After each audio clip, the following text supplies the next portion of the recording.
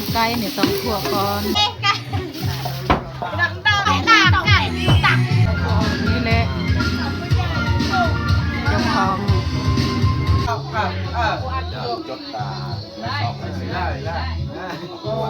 จะไม่ตั้งเล่ากราบทักทายสบายดีเมื่อสุขสุขคนเข้าสู่ซองเตื้อยสำหรับตอนเช้ามื้อนี้ข่อยก็ตื่นแต่4 โมงเพราะว่าเฮานี่ถึกสวยงานอยู่เฮือนอาวอาก็คือเฮาลุกตอนเช้ามื้อนี้เฮาสิมานึ่งข้าวเพราะว่ามื้อนี้แหละแขกเขาสิมาร่วมงานแล้วโอเคทุกคนมีแต่ตามเบิ่งตามชมน้ำเฮาแบบยาวๆเลย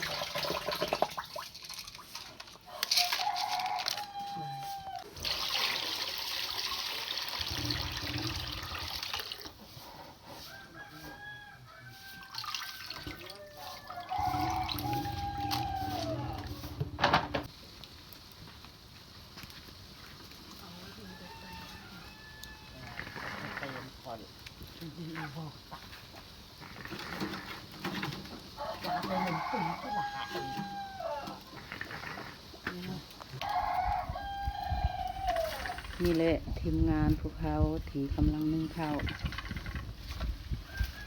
เราตื่นแต่เช้าเขาลุกมานึ่งข้าวสวยงานของอาวอา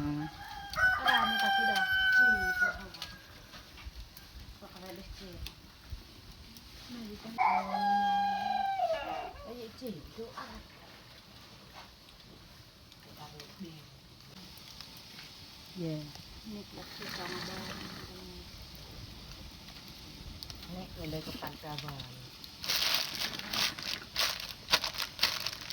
ข้าวปองดอง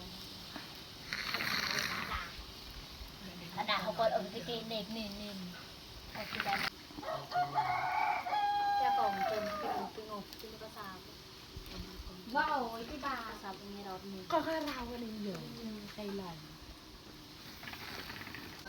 11 โมงเอาถึงแล้วดิ่งแซมกระเริงแซมกระเริงมาดองไก่ดังเอาเฮ็ด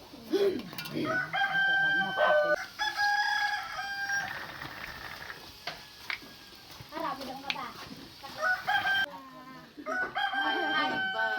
ปิดหนาวไปจิตเจ้าแล้วไงโชคอีกแล้วค่ะบ้าไม่ค่อยจิตตาเนี่ยเป็นใหม่กินบรรยากาศยามเช้าจับแรกอีกครั้งทำไมดังคือไทยแล้วให้เป็นกระโมเห็นแล้วไทยกระโมแย่มาขนาดถ่ายเพลงเลยละกลางอันไหน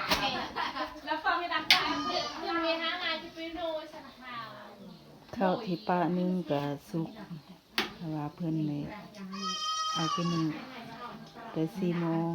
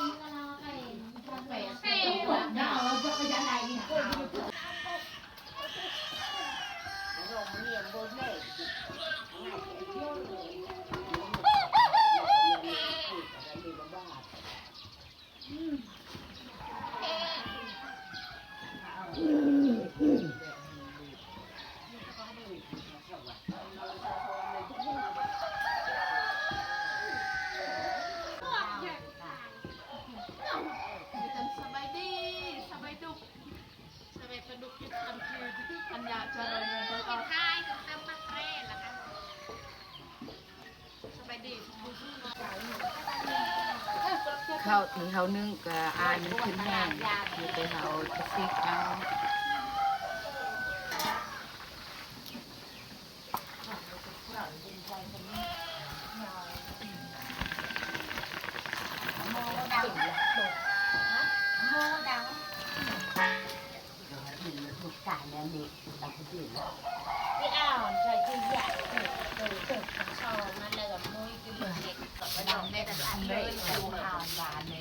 ข้าวที่เขานึ่งก็ยังมาทันสุกเถือเพราะว่าลมพัดตลอด ว่าหมาเต่าปาดไปบางสำหรับเย็นสะอาดตูนอย่าง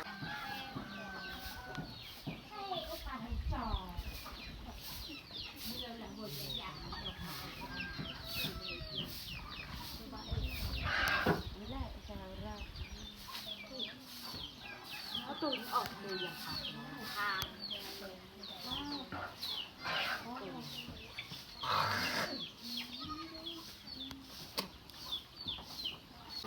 อมหาย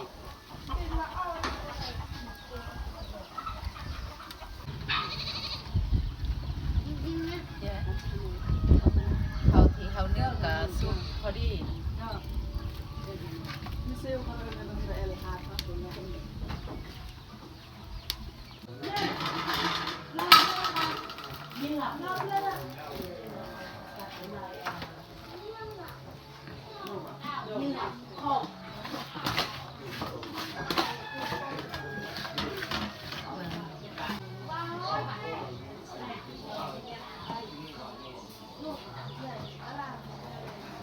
เป่าควายตัวนี้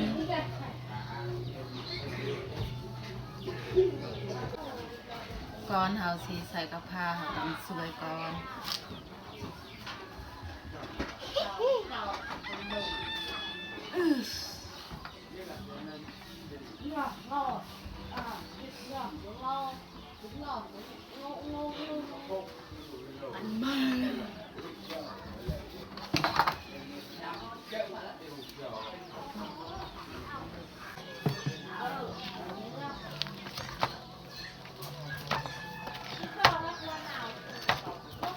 กูยังไม่ได้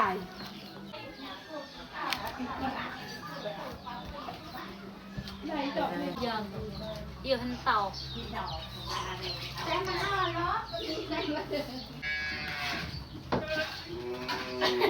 ข้าวที่เขานึ่งสุกเขาก็มาสวยอยู่เทิงเฮือน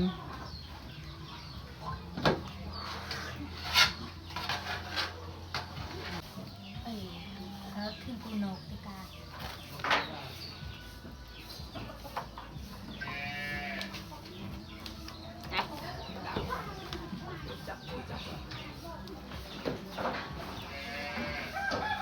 เด็กอะไรหินใส่อีกแล้ว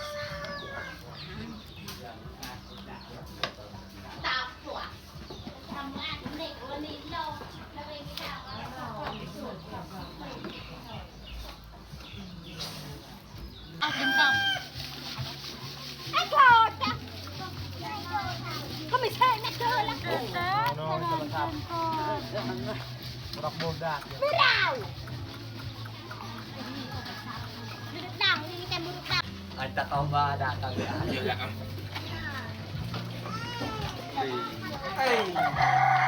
จับคนบางเนี่ย อันนี้แม่นไก่ต้มไก่ที่เขาต้มเป็นโต ไล่ต่ำจางล้างโคจาง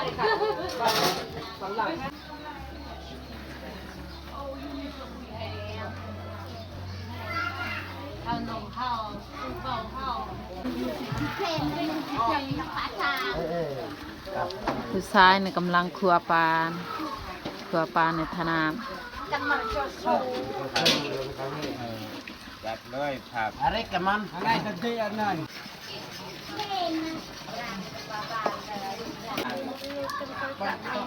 หนูว่าเราได้แกะก่อนเยอะแบบหนุ่มนั่งเอาถ้าดับ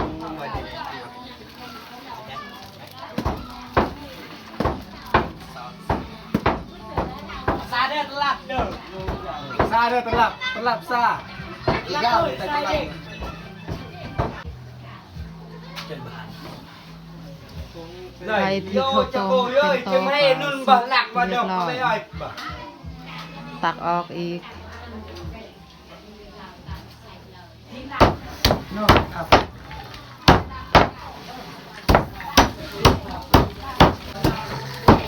ต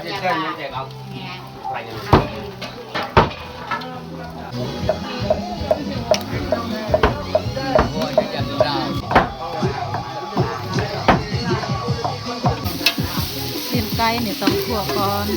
เพราะว่าเขาสิต้มข้าวเปียกเขาคั่วแบบนี้นี่เมื่อเขาต้มเนี่ยมันหอม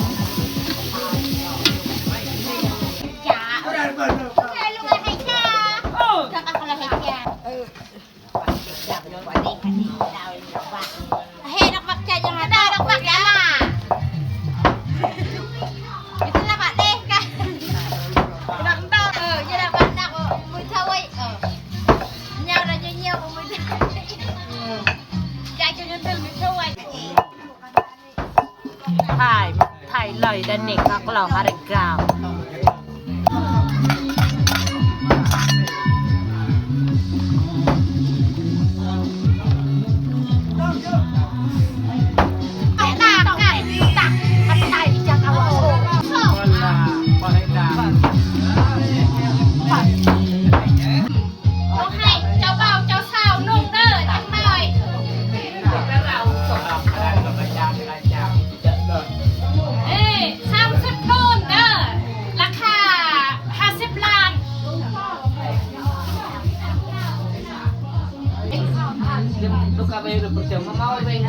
นี่แหละเขาจัดพิธีบอนเขาไหวเครื่องทองเขาไหวเหล้าเบียร์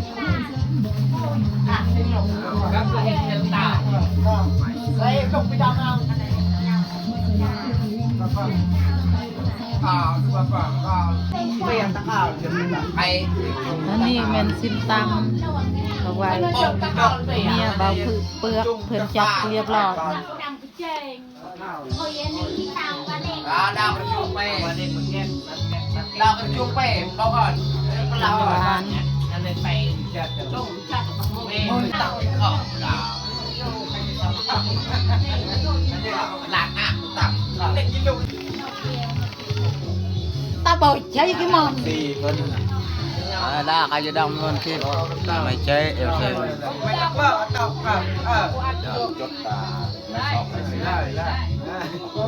chốt mày tăng lao cái nắp cái này đó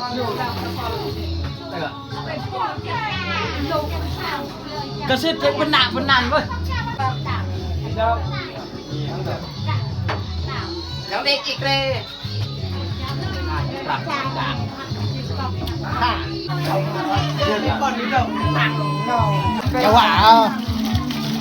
Chào bà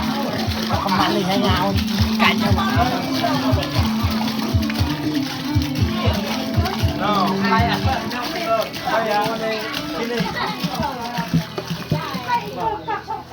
nhường người chơi với đâu mà đi học anh đẹp à cái ngọn mè thì làm kiểu mà nào làm đâu có cái gì đâu พ่อแม่จะว้าวรวมงานมากิน đại cái gì đó mông chữ đại luôn là tiền gì đó mông sông hàng nó thành đi cái đâu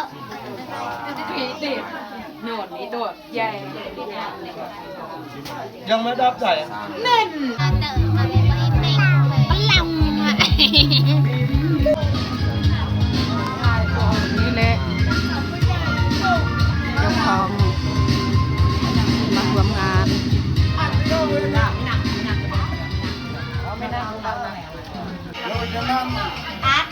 นี่แหละทีมงานทางเจ้าบ่าว